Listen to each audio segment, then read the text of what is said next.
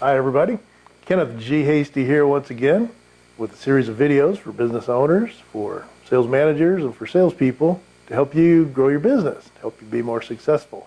I'm a professional business growth consultant and I do these to help you, so it helps build my brand. It's kind of a win-win.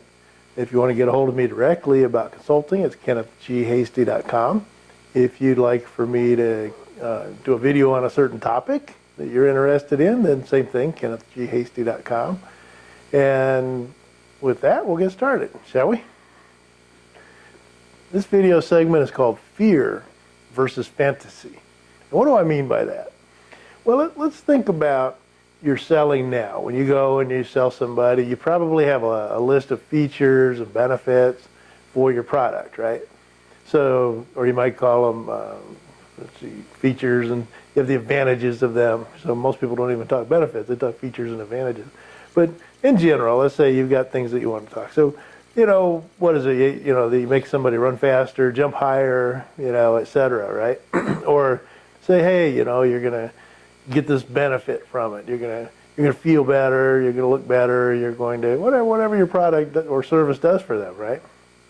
So that's the way most TV commercials are, right? We watch that's the way most things are done. And so if you look at the reasons people buy, the 80-20 rule applies here too. 80% of the people buy for one reason and 20% buy for the other.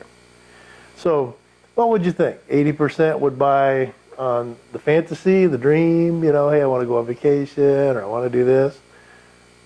Wrong. 80% of people that buy for fear.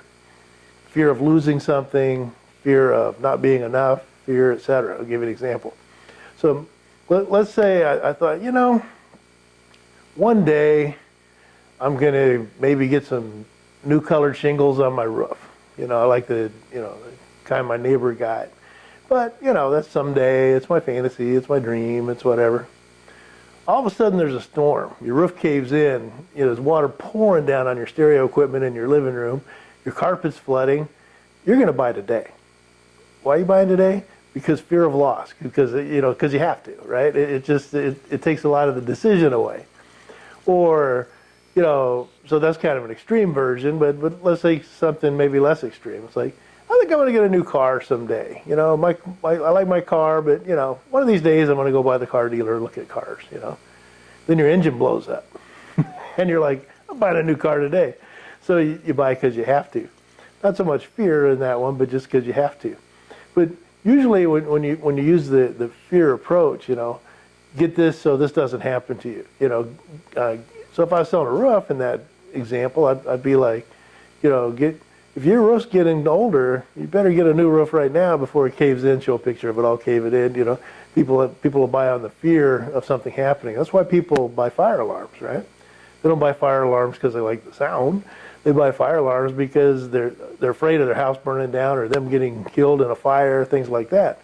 So fire alarm salespeople, they don't come along and say, well, we have it in various tones. You get a nice tone in this and it'll do this tone. No, they're showing pictures of houses burned down and, catastrophes that have happened to people and saying, you don't want this to happen to you, And so people are buying on fear right now. That's